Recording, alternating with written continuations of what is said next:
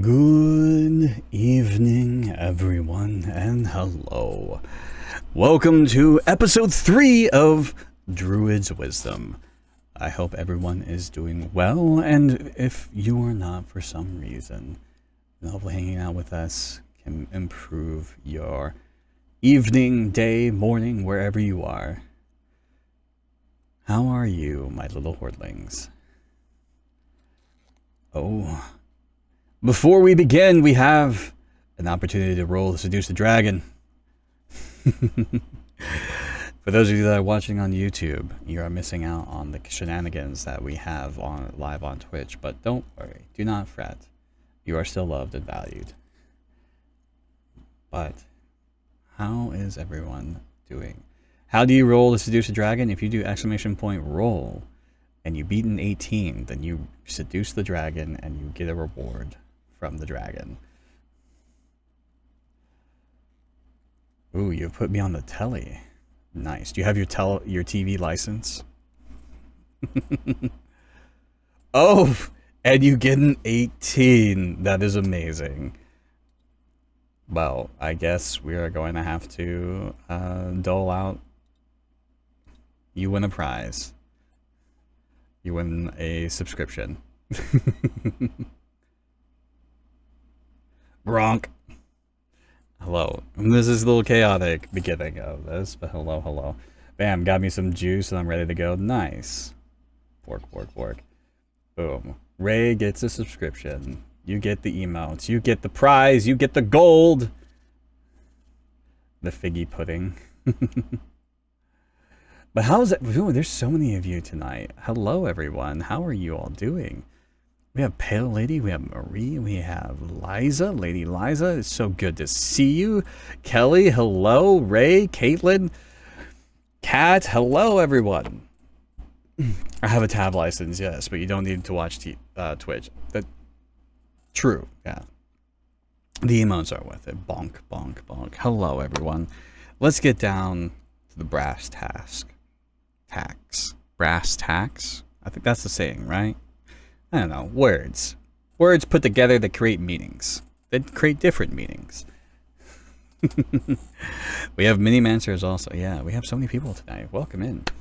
So we are going to talk about today, and look, I gotta stop getting distracted with chat. This is not a normal stream. Need to go flirt with Halson. Enjoy flirting with Halson. Who understands sayings? I don't know. But yes, hello everyone. I came in early because when Phil watched the video on YouTube, my walk-on sound is distracting me. Can't focus on what you say. I appreciate that, Marie. I appreciate that. All right. Yes, stretch it out. We'll stretch it out and then we'll begin, right? All right. Hello everyone, and welcome to episode 3 of Druid's Wisdom. We're going to be talking about autism and how it can impact our relationships, because it is Autism Acceptance Month. It is April Fool's Day, but unfortunately, it is no joke to talk about autism. I am autistic. I'm a joke. So there we go. There's your April Fool's joke. It's me. But yes, hello everyone. And I kind of want to start it off with communication, which is kind of ironic, because we were just talking about, putting words together and they make meanings. But in the autism world, that can be quite difficult, especially when we're communicating with other people, when we're communicating with our significant others, when we're communicating with our friends, when we're communicating with our parents, with people. It can be very difficult. It can be, such a weird world in the communication realm, where we say something and people, misinterpret what we say. They add subtext into the things that we're saying, and we're like, why are you taking this thing the wrong way? And I kind of want to approach it in some different ways, how it's affected me with my relationships, how it's affected you with your relationships. And, we can kind of break things down and we can explore communication, and, talk a little bit about it. So for me, one of the things that I really learned when it comes to being autistic and communication is I communicate very directly, not bluntly. A lot of people will misconstrue direct with blunt. Blunt can be abrasive. Blunt can be honestly harsh, right? And sometimes it comes off that way, right? Like, it's not an intentional thing that I am blunt, but I am direct, right? And directness is just, I mean what I say and I say what I mean, right? Like, that is something that I strive to be as accurate as possible when it comes to my communication. Now, I have learned how to adapt my communication just because I've had to. And my chair is very squeaky right now, and I apologize. It's probably picking up. I will try to stop moving so much. But anyways, and that can be really difficult when we're communicating with someone. Because if we are communicating in a direct sense, where we're not adding subtext to our communication, we're not adding a hidden meaning, we're not adding what some people may call a hidden request, right? So hidden requests are the subtext of communication. It's, if I say, hey, I want to go get some pizza, the hidden request can potentially be me asking a person to go get pizza with me, but I'm just telling them that I want to go get pizza. And so as an autistic person, we can sometimes not pick up on that, or, because we'll be like, oh, okay, cool, go get pizza, have fun, right? Like, we're like, okay, yeah, go do that thing. But there's a lot more nuance and a lot more complexity behind that kind of communication style of, like, someone saying that, requesting something through telling them, like, this is what I want. But what they're really saying is, this is what I want you to do. This is what I want from you. And in relationships, that can be difficult for us because maybe we're not fulfilling someone's needs because they're doing a hidden request instead of outright saying it, right? And oftentimes my directness can be perceived in a way of harshness. It can be perceived in a way of I'm being insensitive, or I'm implying something that I'm not implying. And it can be very difficult to communicate with people. It can cause a lot of conflict. It can cause, relationships to get damaged. I find that my direct use of language can still be a struggle with autistic people because of our hypervigilance to determine subtext from people. That is very true. Yeah, like communication is so freaking silly. Words. I'm trying not to swear. But yeah, it's so complex and nuanced, and like, even autistic person communicating, there's a lot of difficulties. And the question is like, how can we improve? What do we do as an individual to help ourselves communicate, to help ourselves understand the other perspective, right?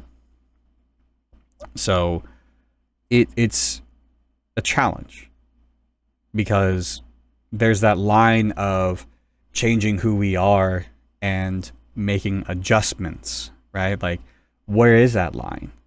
We shouldn't have to do all of the legwork, right?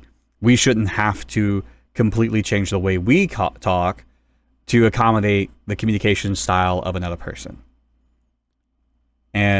But I think we can employ some skills, right? We can employ some awareness. We can employ some, knowledge to where when we meet resistance with people that we communicate with, we can make adjustments and we can, overcome whatever that difficulty is, or work through whatever that difficulty is. So if I'm saying something direct to a person and they are hurt from that directness, I can employ the skills of empathy and understanding of like, oh, maybe there's something within whatever I said that can be taken differently. So then I can become curious. I can be like, hey, when I said XYZ, how did you interpret that? And so you gain that clarity. So I'm not really changing how I talk, but I can be empathetic and I can be curious, of like, oh, I said this thing, but this person was receiving it a certain way, receiving it in a way that I didn't intend for them to receive it. And you can work through that kind of stuff. And, people that are willing to work with you, that have your best interests at heart, are going to want to communicate with you and be like, hey, I received it this way. And then when you're like, oh, I didn't intend it that way, I literally intended it the way I said it. And so you can work together and develop that connection. I like to sometimes stop and ask, what did you hear me say? That's another one. Yeah. That's a good way to represent that. That can be a bit kind of touchy because that sounds a bit accusatory of that they're not listening to you. So, that can be a little, like maybe, difficult if you say that and someone's still kind of, upset, or they like, well, so what do you mean? What did I hear you say? Like, I am listening to you, like language is hard, right? Like language is difficult. So it's one of those things that like we have to really be aware of, like how we approach things. A long time ago, a lady was flirting with a friend of mine at a party, and apparently he had no clue at all. Even I sometimes misinterpret flirting as kindness at first, unless it's super obvious. I really prefer people to be more straightforward, but still kind. True. And I forgot to turn off the Pokemon. Boop. But yeah, so it's one of those things is like we have to be curious. I think that's a big thing. Is like in all of this, when it comes to how autism can impact our relationships, is like curiosity is, incredibly important in communicating, because, we can kind of get stuck in our own heads of like, they're not wanting to understand me because we have that trauma of being misunderstood, right? We have that difficulty where we are often misunderstood. We are often judged for how we act and behave and talk, but what this is an opportunity to is like learn that there are different communication styles across a number of people. It's not just autistic communication versus not autistic communication. There are many different styles of communication, and learning, just even having that awareness that there are different types of communication can help our, ability to interact with people. Because we can take that pause and be like, oh, maybe there's a disconnect. Maybe there's something happening in the way I'm communicating versus the way they're receiving that. I do feel like illicit people tend towards the passive aggressive as far as communication styles. And I think that is based on our trauma. Seeing people be, like passive aggressiveness is anyone can do that. I've been passive aggressive before in my past. I know autistic people can be very passive aggressive too. I think allistic people tend to go into what is subtextual communication, where they communicate by having those hidden requests, which can be perceived as passive aggressive. Can people be blatantly passive aggressive? Yes.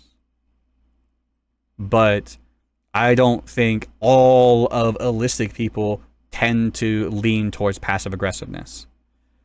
We have to, and that's where we work on our trauma. That's where we work on our perception of how other people communicate with us, because we probably have a lot of negative experiences with other people, right? Like we have to understand of where is it when it comes to us projecting our trauma, right?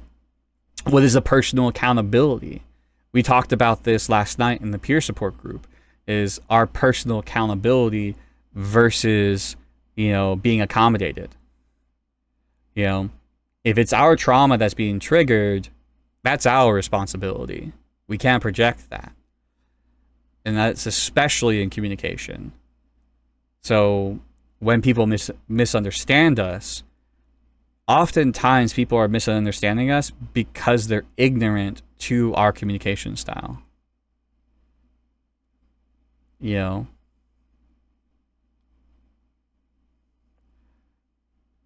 So, and this is hard. This is not something that's easy. It's really hard to be direct and clear because people misinterpret my emotions, and I don't understand why neurotypicals don't make the same effort. We have spent our lives doing so much work on ourselves.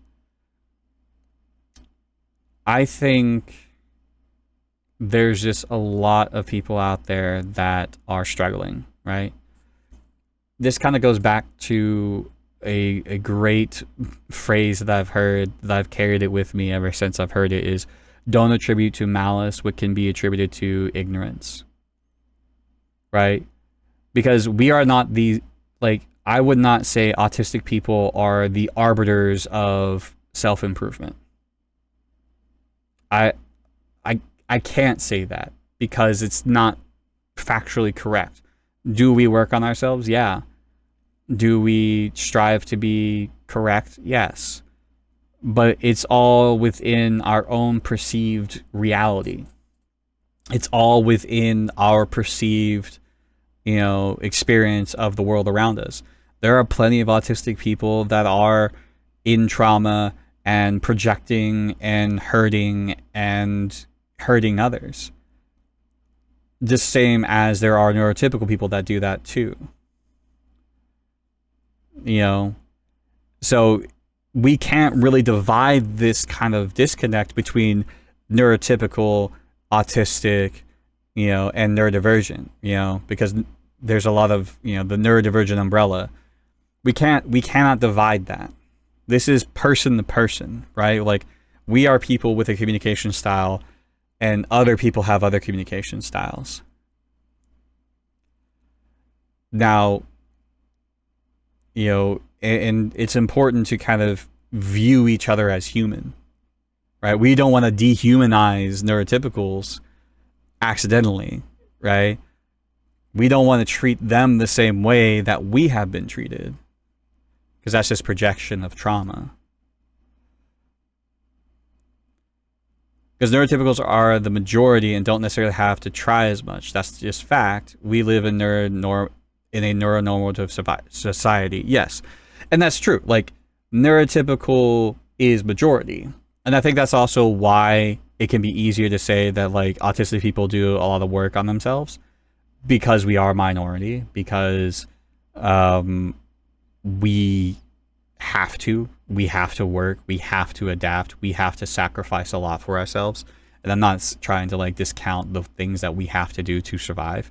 And there are a lot of things that we need to do to survive. And I don't think that neurotypical people are to blame. I don't want to blame anyone. Society, society impacts in a very negative way. I think, society impacts neurotypical people in a negative way too. We're both hurting. We're just hurting in different ways. Right? And I think this is where we can learn empathy. This is where we can learn curiosity and compassion. I don't ever want to tell an autistic person that they have to change who they are, but we can learn to be more compassionate and curious. Two things can be true at once. Exactly. This is a very nuanced discussion. This is a very difficult one. And I think I want to focus more on, instead of a society at large, because this is not a discussion about society. This is a discussion on how we as autistic people and the people that are directly in our lives, right? Like, how can my communication style impact the person in front of me, my partner, my friends? Because if we start going into the conversation of society, then we will derail the conversation. So we already kind of derailed it. Imagine that. A bunch of ADHD autistic people derailing conversations into a much bigger thing, because it is a very big thing. So, but when it comes to, you know, ADHD or autism, right? Being autistic in a relationship, being autistic with friendships, how does that impact that? You know, communication differences. You know, I do communicate differently than the people around me. Now, I have a lot of autistic, you know, friends that have similar communication styles, and it's a lot easier to communicate with them. When it comes to neurotypical people, it's different, right?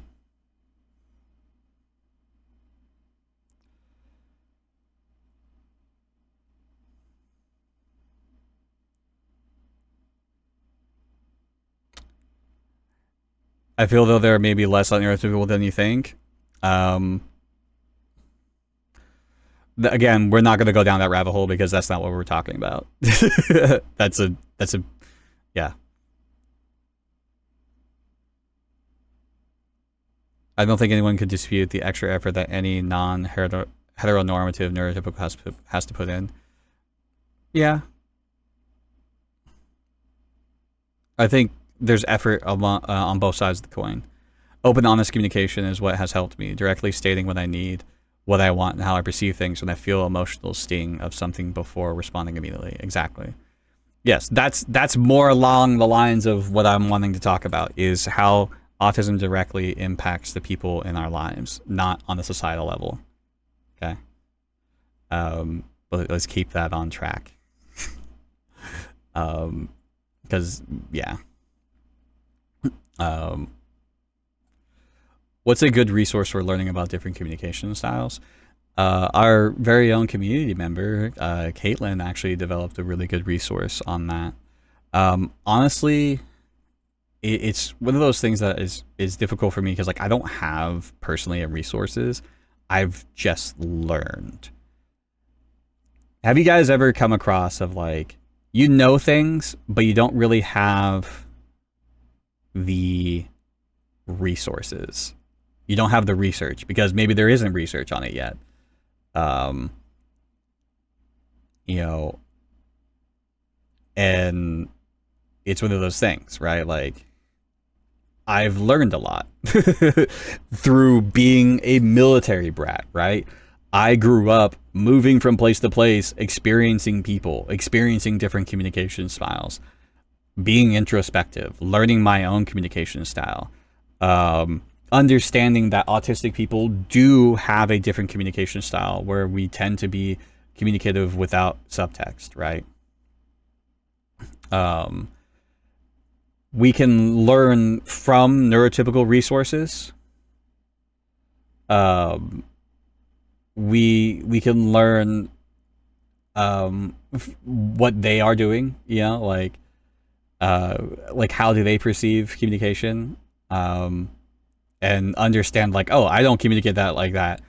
Like, the one thing is like when we be curious when it comes to communication styles is like we should understand that like the information that's being taught in like psychology or anything, like especially from neurotypical perspectives, is like that's how they communicate. And we may look at it and be like, that's kind of silly, but if we're dismissive of it, how do we learn, right? Like, how do we actually understand the people around us? And that's why we need to be curious when it comes to the people in our lives, right? Like, we need to be curious of like, hey, let's, like, how do you see the world? How do you perceive things? How do you actually experience the things around you?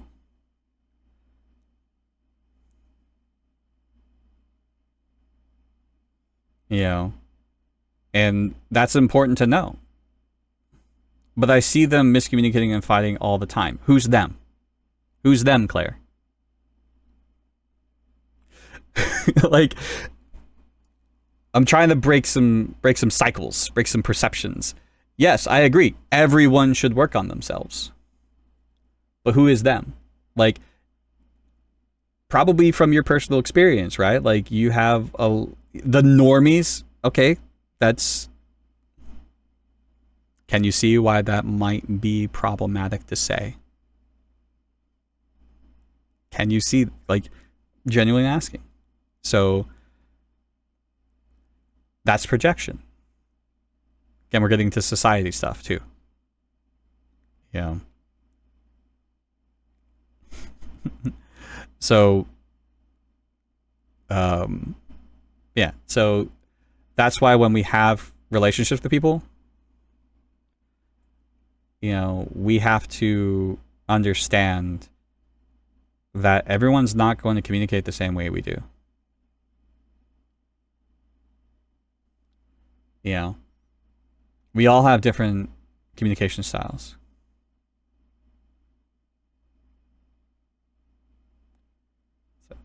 Mary says, you say you have autistic friends you communicate similar with, but have you ever had issues communicating with them? I have a close friend who is, and when we argue, my goodness, do we argue? Because we are both black and white and stubborn, and I believe to see things differently. 1,000%, Mary. I have disagreements not just with neurotypical people.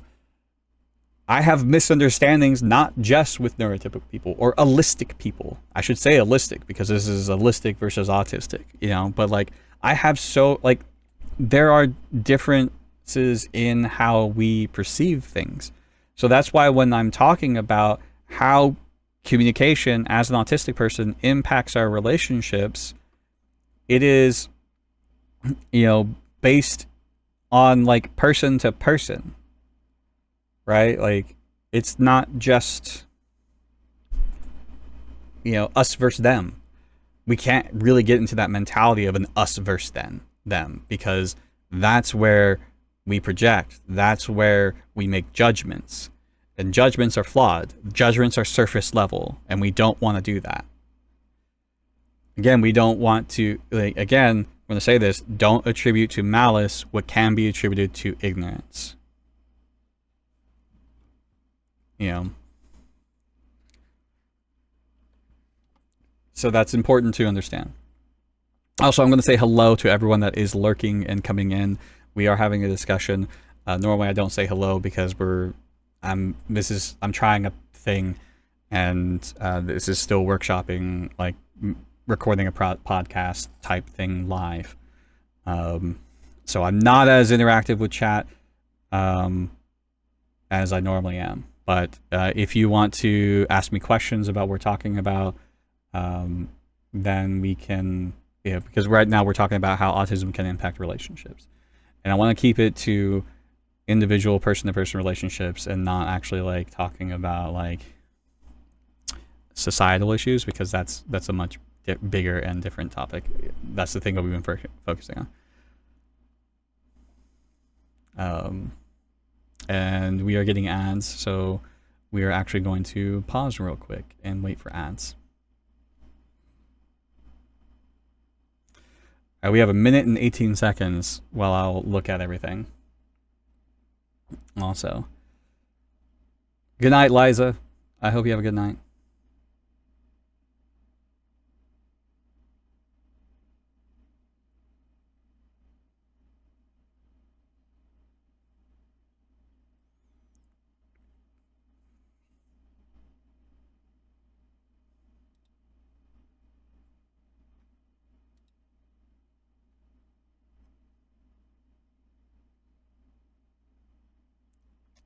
All right, I'm looking at everything.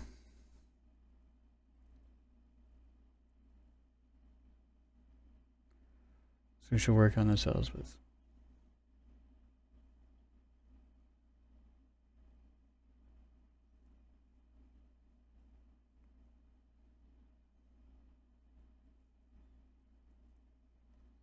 Okay.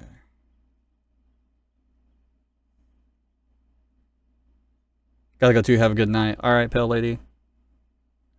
Have a good night. I think I'm gonna kind of like restart once we get back from ads. All right, we are back, and I think I'm going to give a little bit of a restart on this topic because I really want to focus on how autism can impact relationships. So, um, let's. I want to kind of scroll up and look at some of the things that people said. Absolutely, it's not an us versus them. It isn't. Everyone has their own communication style and things that make them see the world uniquely, depending on how they were raised, their neurotype, lives, experiences, trauma. Exactly. And I think that's where we can be more empathetic, and that's where we can be more understanding of people. Yes, everyone.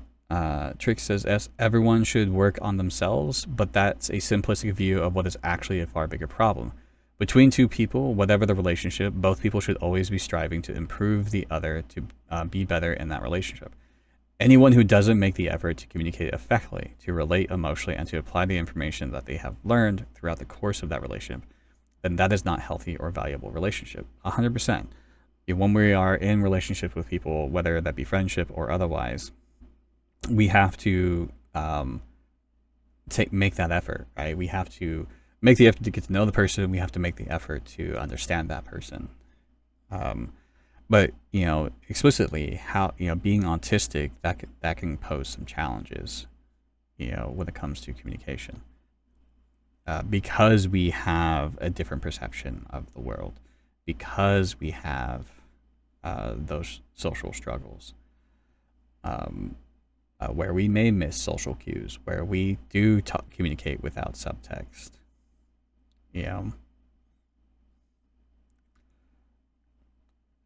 Is learning how we communicate and then how the people around us communicate, and also talking about where we can meet each other halfway in the communication. Yes, or things cannot be meet halfway when using direct communication can be really helpful. Yeah. So that's and that's part of our responsibility as people, right? We can't just say, hey, they're being passive aggressive, or they're not understanding me, or they're misinterpreting what I'm saying. We can't just keep pointing at people, right? It's them, it's them, it's them. They don't want to understand me. And that may be some cases where people are just willfully being, difficult with you, right? That is something that people, there's going to be people out there that are just not going to try. They're not going to be the person that you want in your life. But we can't project our trauma on the people that want to actually try and connect with us.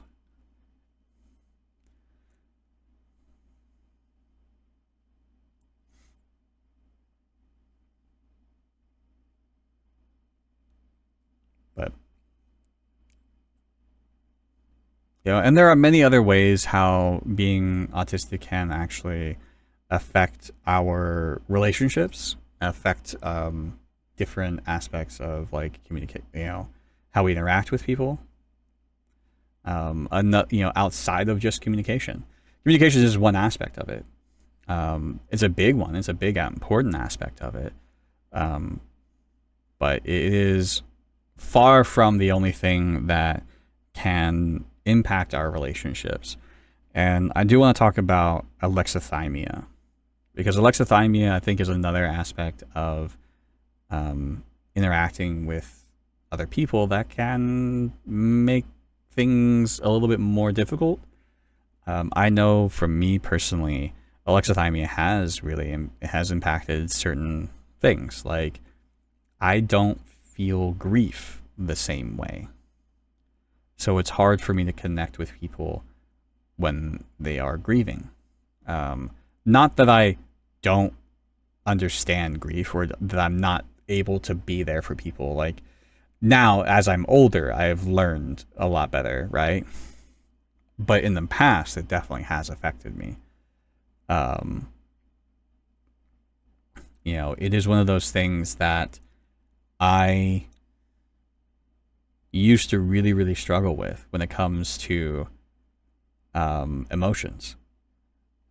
Alexithymia is the difficulty in understanding and expressing emotions. So it is quite literally part of the autistic experience to struggle with emotions. You know, and I don't express emotions in ways that people expect me to. I really struggle with expressing excitement, right? So that has gotten me in trouble in the past when it comes to receiving gifts, where people expected me to experience the emotion of excitement by receiving a gift that they gotten me a certain way. They wanted me to be more expressive, and I'm not very expressive when it comes to excitement. I'm not a very emotionally expressive person. So some people have thought me a robot, right? Like, and I say that not because like I don't ever express emotions, because I've had people like, no, you're pretty expressive. Like my facial expressions or my eyes can be expressive. But that is like people reading body language, right? And not everyone's skilled in that. So like they expect more physicality in my expressions, and I'm not a very physical expressive person. It takes a lot for me to like be physical in how I express things. You know, and so excitement is a big one for me. You know, I always joke that if someone were to hand me $1 million, right? Like they were to walk up and like, here's a gift of $1 million, you know, no strings attached, whatever. And like I know receiving a gift of $1 million would completely change my life. And my reaction would probably be, thank you. Or like, this is cool. Thanks. I appreciate that. Like, this is amazing. Like that would be the limit to my excitement. Right? My vocal pitch might elevate a bit, but yeah, right? Like I would be like, cool, awesome. Like that would be me. And so that can impact how people perceive me, right? How people may interact with me, because if I don't respond a certain way to them, say, being generous to me, you know, if they buy me something, they get me something, they may feel like I'm not being appreciative enough, even though I speak it, I say it, right? And it's not to say that I don't have emotions, because I do tend to feel things deeply. I feel things deeply, but I don't express them physically. You know, I mostly feel things so deeply, my emotions show in my whole body. I feel most emotions really strongly, and I don't know why I feel them so strong, if that makes sense. And that could be on the ADHD side of things, because ADHDers do tend to be a lot more expressive because of the emotional regulation issues from executive function.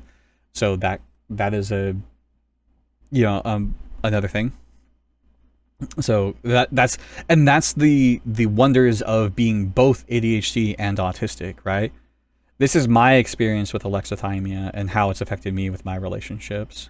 But, you know, there are people that are autistic that are very expressive, right? Like they can be very expressive and they feel things deeply, and they're much more sensitive to their emotions. And like that's a, you know, the other side of the coin, and that's beautiful that they're able to be that expressive. But I've always felt the other side of the coin of not being very expressive, and honestly it affects me in more ways than just my relationships. Like it affects my creativity, it affects my motivation, it affects, you know, my ability to do things, because I'm not very emotion driven. And a lot of people use their emotions to drive them to accomplish things. You know, like I, you know, when it comes to working out for me, I have to use logic. And sometimes the logic dictates that I don't want to do it. But some people use their emotions of like, they feel so strongly about their goal that emotion drives them. But I don't. I have some emotional connection to goals, but that's not a driving force for me because I don't constantly feel things. So when it comes to being a creative person, it's really hard for me to always be creative or to be creative as much as I want to because as a writer, like I use emotions to write, especially with poetry. So it can be really difficult for me to tap into that. So I go long periods of time where I don't write any poetry because I'm not in a state of emotion, and I have to find ways to trigger those emotions for me to feel it. And it's a really weird thing that I've been noticing about myself for the past few years is like, oh, like that's why it was also really difficult for me to accomplish goals, is because I don't really have a strong emotional tie to those goals. It's a want, it's a desire, there's logic behind it because I want to accomplish things. But like the emotion is not always there to drive me. So I have to find other ways to push me forward. I have to find other ways to be motivated. I found that I tend to have to state that for people that I appreciate the things they do, or people think I'm angry or unhappy with them because I'm cursed with strong RBF. And there's with autistic people, our vocal tone can be very flat.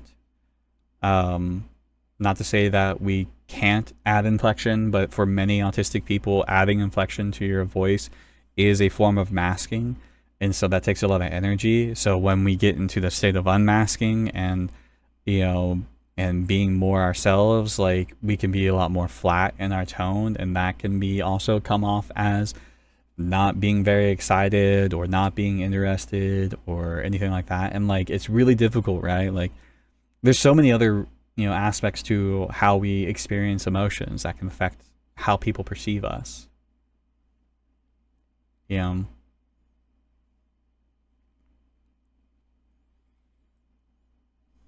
very emotion driven, unfortunately, whether it's an avoidance of emotions or reinforcing emotions. Yeah.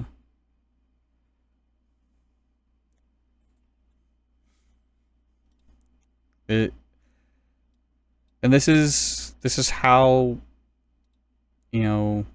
we experience things. So, and there's no shame in how we experience things. We want to celebrate how we experience things, but I think it's important for us to understand that we may need to communicate.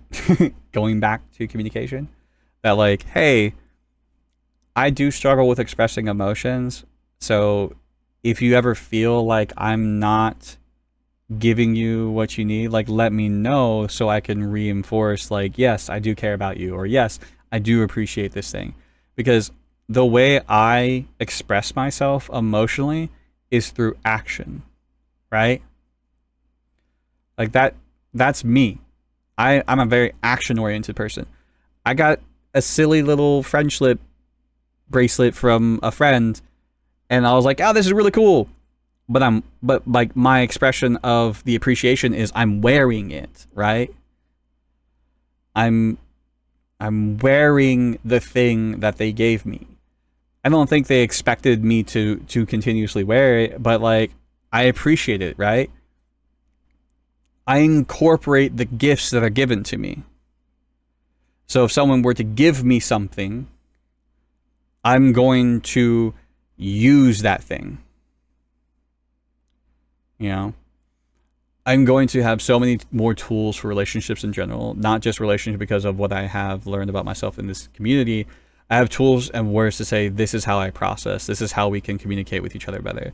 And I'm so happy to hear that, because like that's the ultimate goal of like these talks and conversations and things, because I want people to learn that like, we're all human, yeah, like, and we have different experiences, and we have different things that we need to communicate, and we have our own personal responsibility in how we show up. But that doesn't mean that, other people don't also have that personal responsibility, right? But like, it's how can we come together and understand each other. So like, we can find the people that are willing to be in our lives the way we need them to be. You know? And and we can be in their lives the way they need us. Right? Like, it's a two-way street.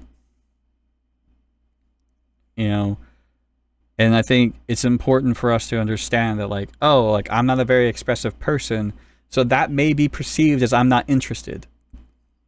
And so I need to have the understanding of, I'm not very expressive, so I need to inform those people in my life so they understand, like, hey, like, sometimes I struggle with expressing things, so if I don't, it's not that I don't care. So it's good to have that understanding. So I hope that kind of this helps with you understanding with how alexithymia can impact you. Because alexithymia, base understanding is the difficulty of understanding emotions and expressing emotions, but how does that manifest for you? Ask yourself that question. How does alexithymia manifest for you? How does that impact how you show up in the world? For me, I struggle with expressing excitement. I struggle with staying in a creative mindset, and I'm not very emotionally driven for my goals. So I, as a person, have to find ways to drive me. I have to figure out, okay, if I'm not emotionally driven to accomplish this goal, then how am I going to accomplish this goal? Like, what tools, what resources do I need for myself to be able to follow through? Because I know the emotion is going to taper off and I'm not going to have that same connection to it.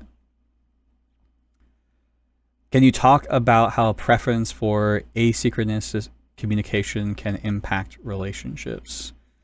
Yeah. Once I remind myself what asynchronous communication is, I'm pretty sure I know what it is, but you're throwing words at me. Type of communication where two people aren't expected to be present and available at the exact same time. So this means when you send an asynchronous message, you don't expect an immediate response. Oh, okay.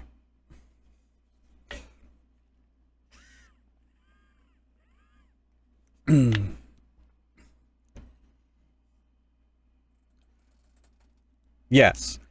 Well, I don't always. Sometimes I know things, but I don't know the term, right? Like, I know the thing, but I don't always know the term. So yes, it's stored under another file name.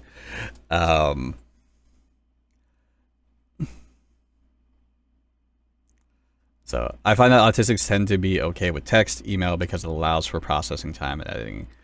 I think so too. There's a lot of, when it comes to relationships, right? When in asynchronous communication.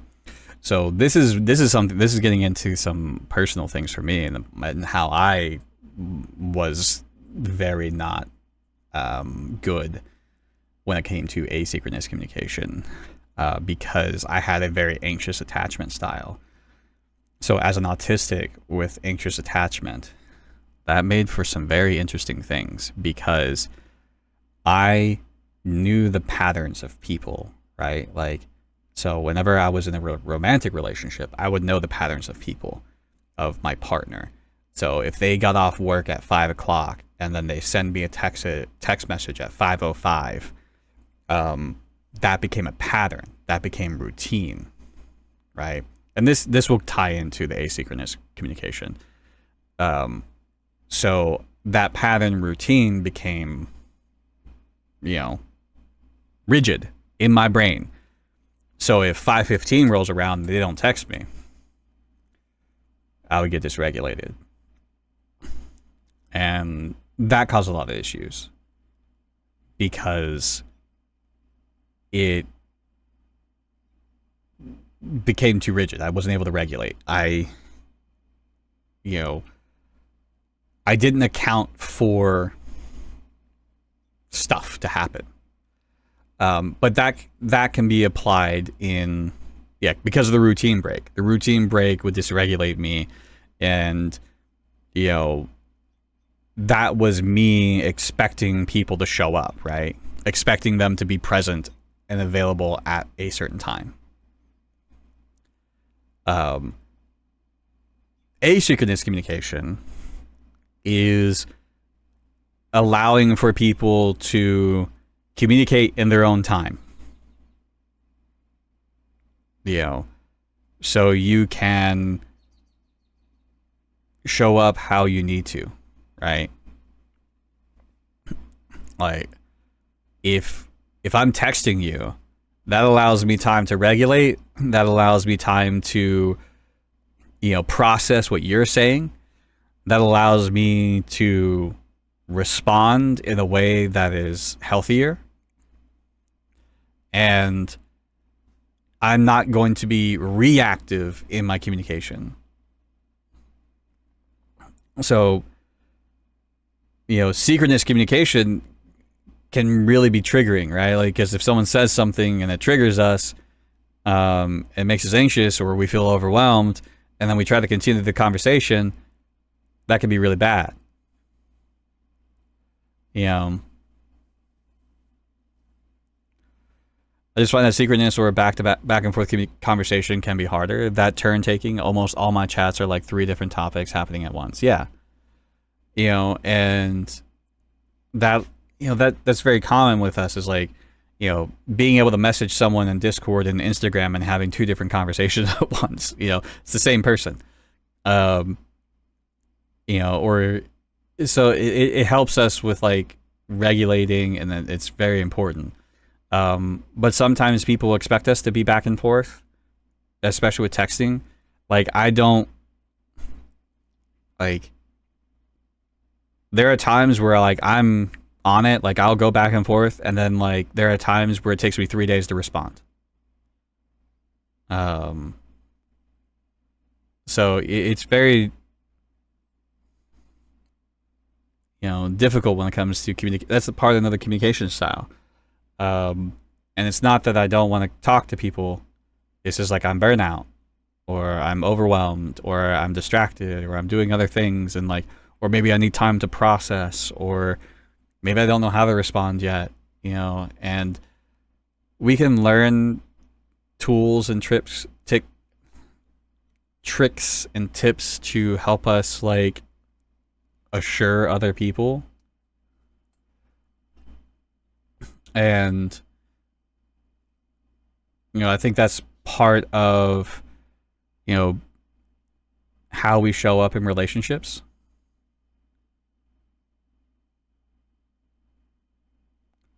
So, but you threw my brain off there for a moment, because I was like, asynchronous communication, and I'm like, yeah, I know what that is. I think hopefully I answered your question.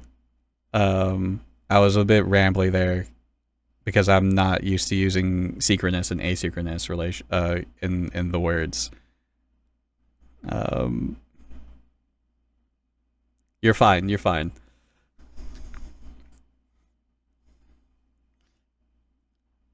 The neuromedical brain gives me, yes. I enjoy knowing the terminology, but I think it's also because of like my type of education is like I try to be as common language as possible, and so I don't always learn the medical term as default. So, but it's fine. We'll get there.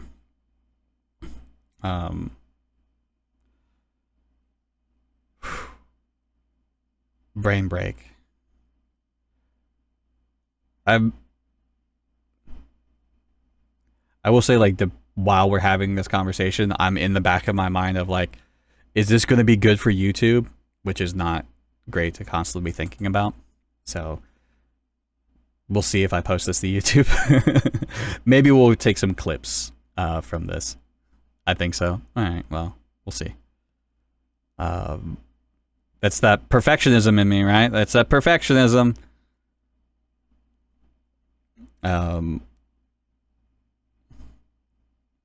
Question: how does everyone know they're burnt out? It's kind of off topic, but we can answer that real quick.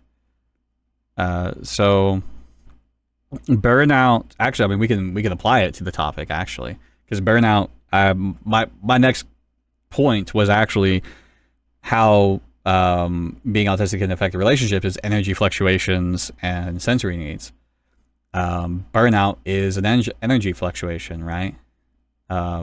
It is one of those things that like that can be very difficult on a relationship.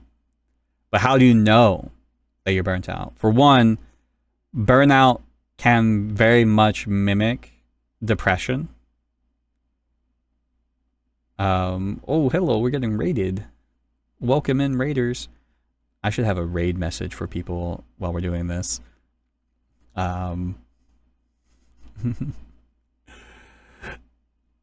Things that I need to add to this while if I get raided during it is a message to let people know that we're doing a conversation, and if I don't say hi immediately, not to be offended. But hello, Robbie. Thanks for raiding in. Thanks for bringing in.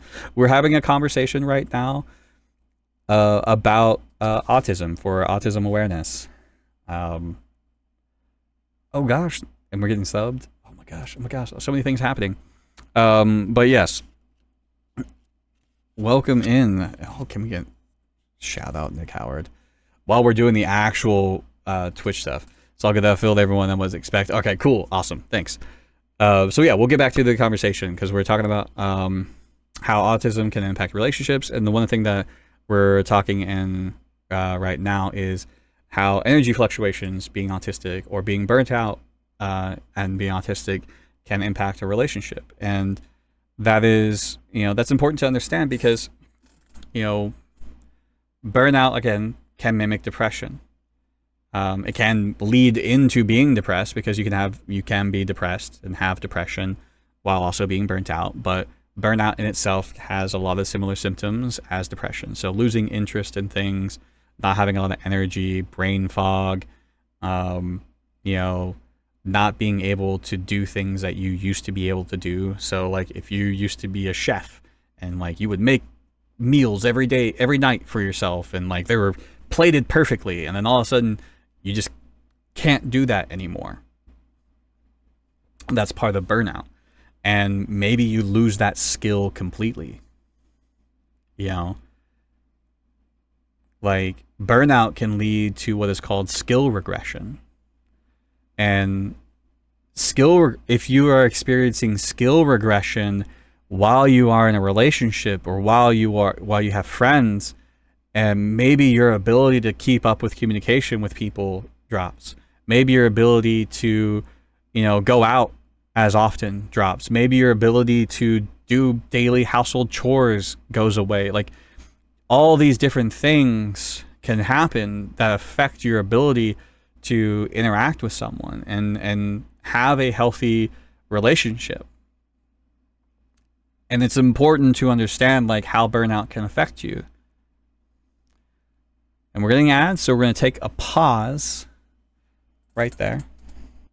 And we are back from ads. So to continue the conversation, understanding that burnout can affect us in a lot of different ways is very important when we are communicating with our people in life. It can affect our ability to interact. It can affect our ability to show up. It can affect our ability to communicate. Burnout is a very serious thing. And if it's not treated, it can lead to serious things, right? It is one of those things that we have to take seriously.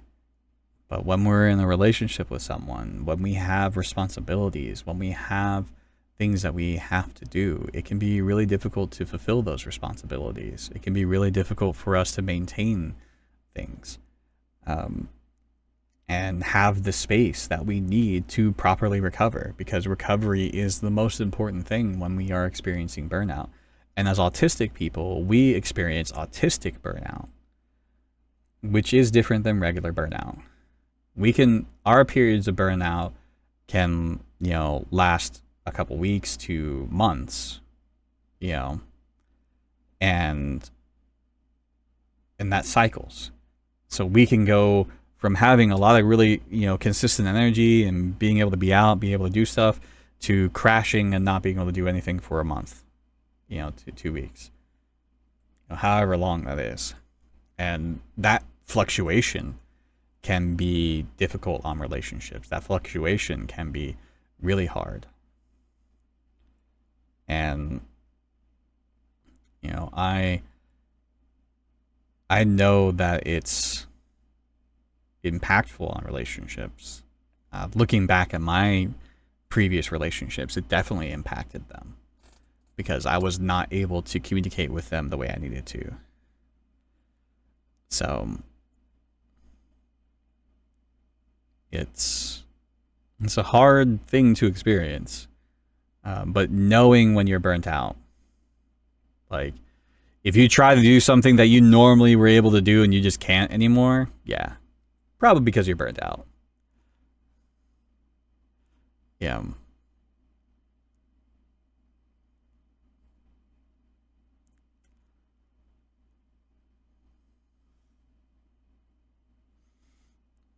And I think another aspect of like being autistic and in a relationship and like having sensory needs, that can be impactful.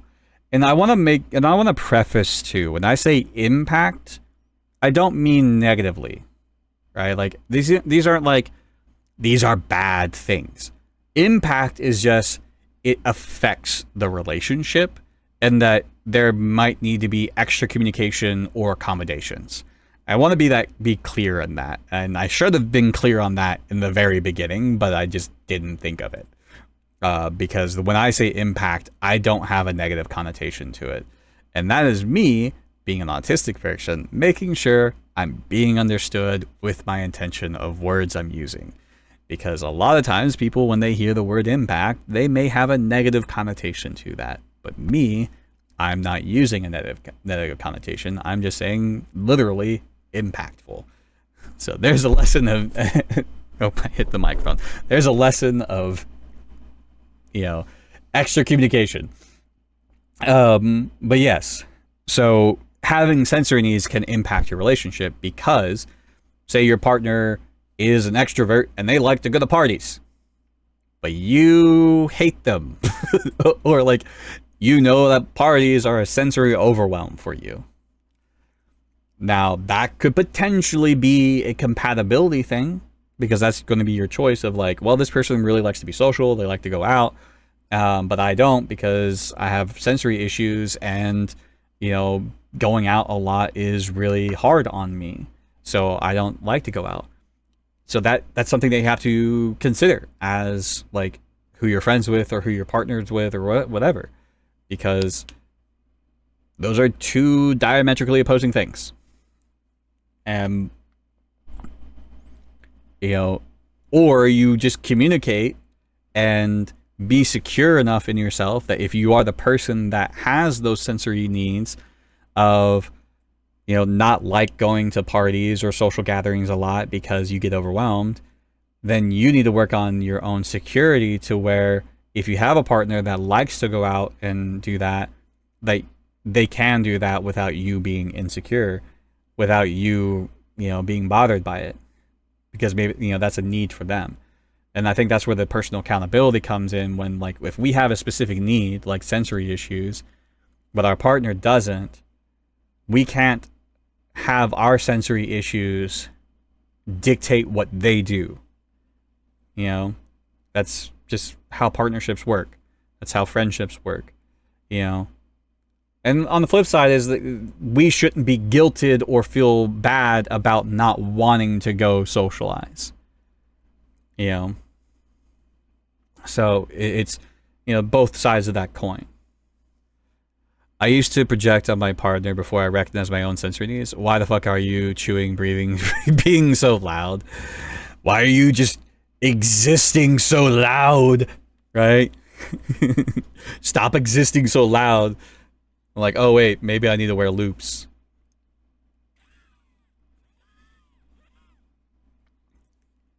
Like, I have the sensory issue. I need to accommodate myself first before asking other people to do things for me, right? I need to do everything in my power before I ask other people. That's personal accountability. You know, and that's important to understand. Like, we have these needs, we have these things that affect us, but we cannot force people to accommodate us. We can't force people to, you know, do things for us. Even our partners, you know, it's not like we can't ultimatum them, right? Like, we can't give them an ultimatum of like, you have to support me in this or we can't be together. It's more of, I'm going to support myself as much as possible to make this work, and I can request certain things from you, and it's up to them whether or not they can meet that request or not. And then we have to make the decision on if we're okay if they can't meet that request.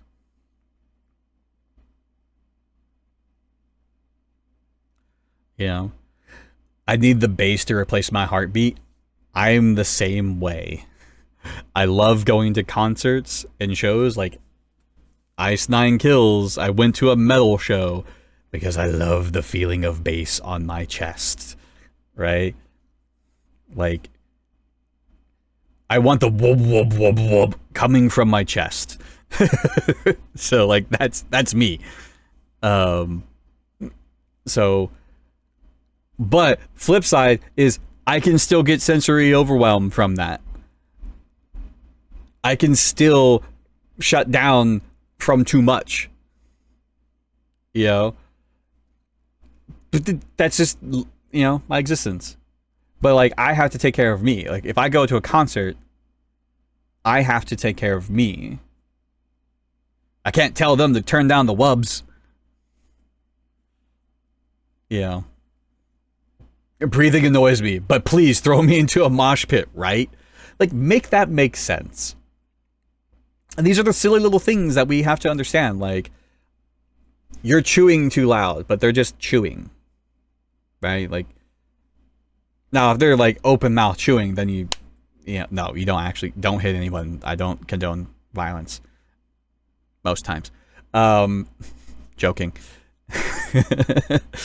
But if they're open mouth chewing, then like, that's, yes, like, that's a reasonable request. But if they're just normally chewing and eating their food and you're like, stop chewing so loud, like, that might be a you thing to where you need to accommodate yourself and not them not eating food around you. There's loops, there's things of that nature that can help you. Yeah, open mouth chewing, that's where I draw the line. Like, that, like, anyone who does that, you're heathens. So, but anyways, the last kind of subject that I do want to touch on might be, I wrote it down and I don't really know how I want to approach it. So bear with me on this, because this might be a touchy subject, and this is a very nuanced subject, and I don't want anyone to feel ashamed or blamed, because this is something that I've seen, and how too late, how things can be weaponized against us, especially in relationships. And this is probably more of a protection thing for us, an awareness thing for us, is meltdowns being perceived as emotional manipulation. And that's something that we have to be aware of. I'm not saying meltdowns are emotional manipulation. I'm not saying that we have meltdowns on purpose, right? But for people that may not understand meltdowns, can feel like they're being emotionally manipulated, and their feelings are valid, right? How someone feels is valid. How you feel in that situation is valid. But if they feel like they're being emotionally manipulated, it needs to be addressed. It needs to be talked about. It needs to have that confrontation. We have to talk about it. We have to recognize that if we go into a meltdown, especially say during an argument or a disagreement, that can be perceived as emotional manipulation. So what do we do about it? How do we help ourselves in these situations? Because we can't just say, don't have a meltdown, because that's not something that we can control. But we can help ourselves. We can recognize what are the triggers to meltdowns for us. You know, so that's where the communication comes in, right? Like, we go back to communication. Hey, when I get overwhelmed, I can go into a meltdown. This is what a meltdown looks like. This is why a meltdown is happening. And this is what I need during a meltdown. You know? And having that honesty, it's a very vulnerable thing, right? Because meltdowns are probably one of the most vulnerable things that we experience. And we want people to feel safe with us. As much as we want to feel safe with them, they need to feel safe with us. And what if they have someone in their life that used to use tears as manipulation, right? Like, that's where we have to have those uncomfortable conversations. That's where we have to have that personal accountability. You know, it's the impact versus intent, where this is a very, very nuanced version of that. Because our meltdowns can impact people. Again, not necessarily saying a negative, it just impacts people. They perceive things, they feel things, they have their own experiences, and we have to be cognizant of that. So it's very important for us to know. And so, you know, it's a hard conversation. It's hard reality, right? Because what else can happen during a meltdown or shutdown? Suppressed speech.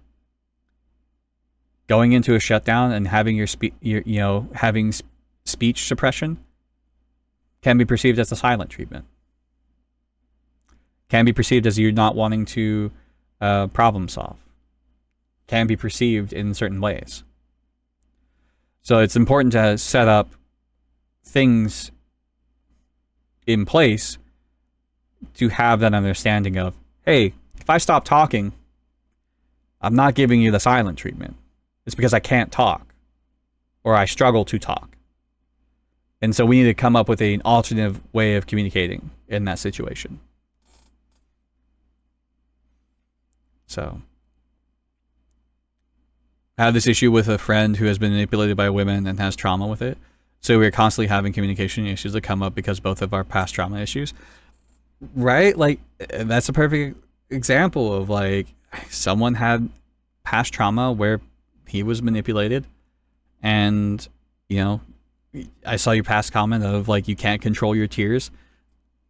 As a kid, I would cry when I got angry. If I got angry, and that still happens, I don't get angry very often anymore because that's a whole other discussion. But, like, if I actually get angry and, like, frustrated, I cry. I can't stop that. It's annoying. I hate it. I don't like it. And I cannot stop it. And, like, what do you do in that situation? Like, you're crying, but you're upset. You know, you're mad. You're like, you want to strangle the person, but you're crying. You know, it's, but yeah, like so. But then if you start crying, the people like they don't know how to. They may not know how to react to that. They may be like, "Oh, you're trying to manipulate me by crying." I'm like, no. You know, like it's such a strange existence that we have to work through. You know, like, and that's not because we are strange. It's just because freaking life is strange. People are strange. We have so many quirks and things that we have to be aware of and consider and and process. And I think that's why I really push the be compassionate, be curious. Be compassionate, be curious. Be compassionate and be curious. Because that's the best thing you can do in any situation. Put that on the shirt. I know. It's because if you can do that, if you can be compassionate and be curious in your day-to-day life, that's going to solve most of your issues.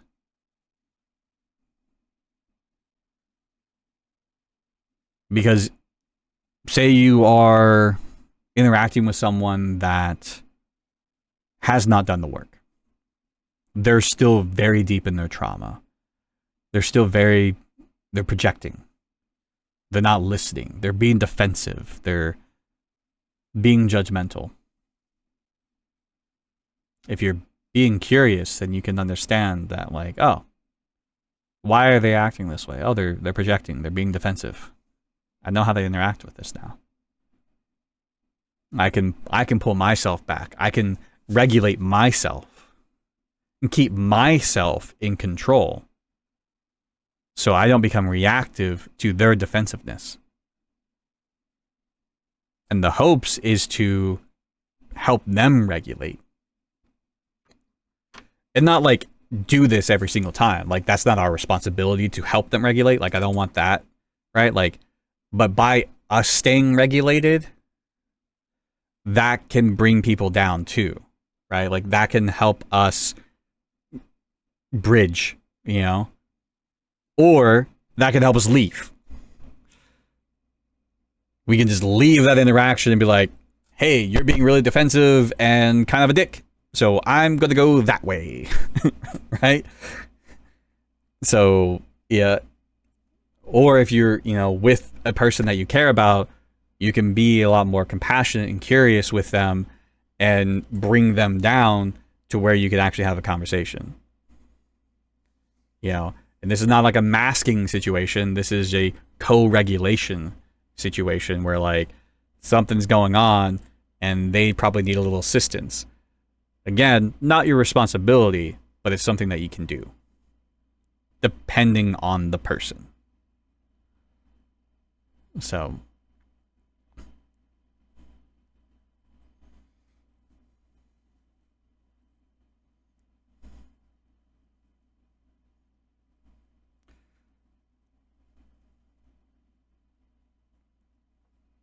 yeah. So just to kind of reiterate, the things that we talked about tonight, because I think we talked a lot about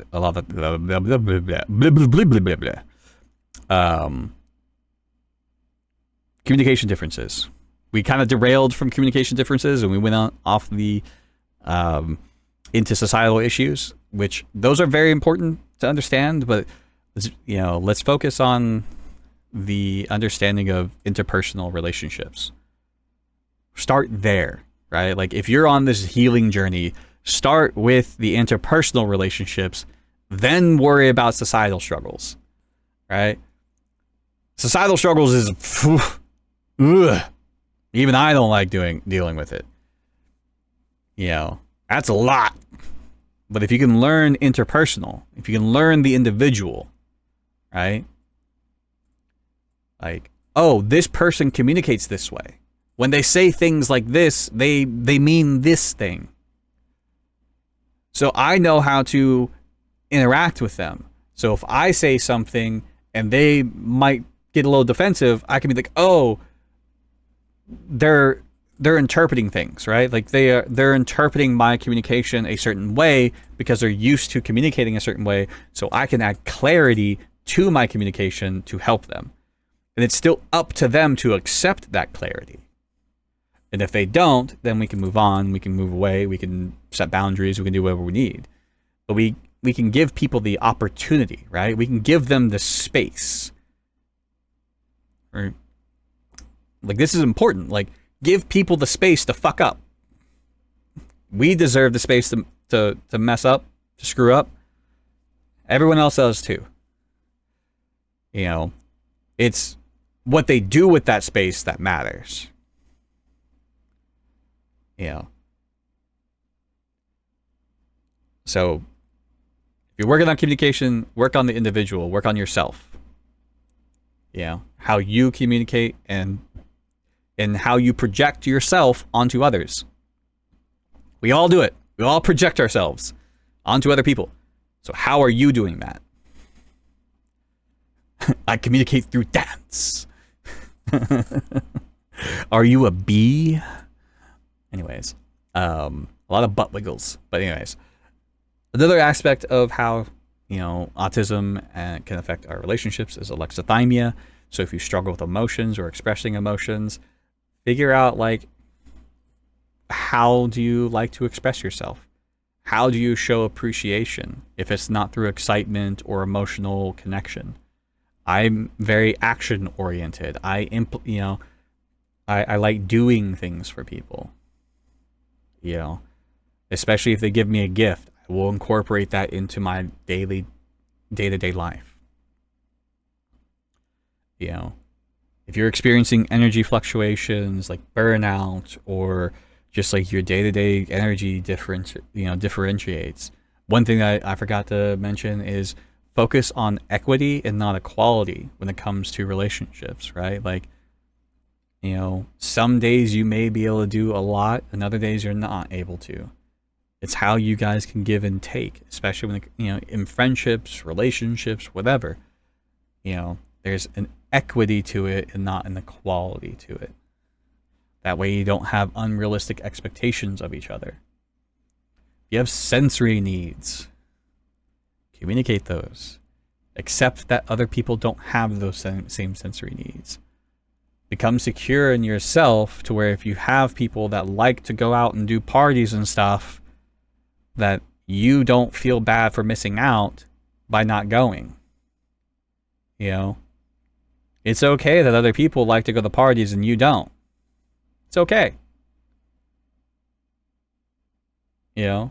It doesn't mean that you can't have connections with them. It just means that you have to find other ways to connect with them. And it's up to them to whether or not they want to. And if they don't want to connect with you in other ways, then maybe they're not really good friends. Or maybe they're not a good partner for you. And if you're having a meltdown, and the person or people that you're around experience emotions from your meltdown, maybe they feel like you're being manipulating them. That's a hard one to navigate. Their experience is valid. Your experience is valid. And this is where we go back to being curious and being compassionate. Because, you know, this is the hardest one, right? Like, especially because of the meltdowns and shutdowns. Because that's, you know, that's a loss of control. That's a loss of autonomy. And it can be a very overwhelming and very vulnerable experience for us. And it can be a very vulnerable experience for other people. So try to be compassionate towards yourself as well. Like, I think, you know, that's always implied with whatever I say, like, be compassionate towards self, be compassionate towards others. You know, it's very important. So whenever I hear meltdown, I think of things that get melted like cheese and chocolate, and I just want cheese and chocolate. Hopefully not together. I don't think I would like cheese and chocolate together. But separately, yes.